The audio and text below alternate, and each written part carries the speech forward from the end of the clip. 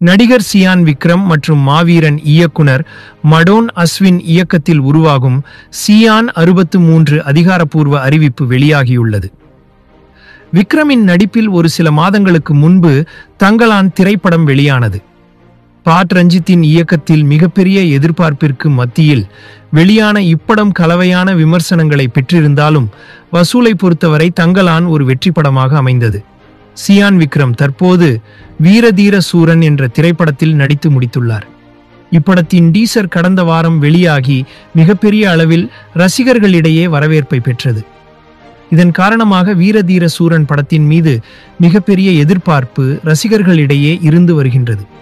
இப்படத்தை தொடர்ந்து அடுத்ததாக தேசிய விருது பெற்ற இயக்குனரான மடோன் அஸ்வினின் இயக்கத்தில் விக்ரம் நடிப்பதாக சொல்லப்பட்டது.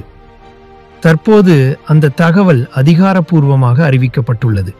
மண்டேலா மாவீரன் என வித்தியாசமான படங்களை கொடுத்த மடோன் அஸ்வினின் இயக்கத்தில் விக்ரமின் 63வது படத்தை மாவீரன் படத்தை தயாரித்த சாந்தி டாக்கீஸ் தயாரிக்க இருக்கின்றது.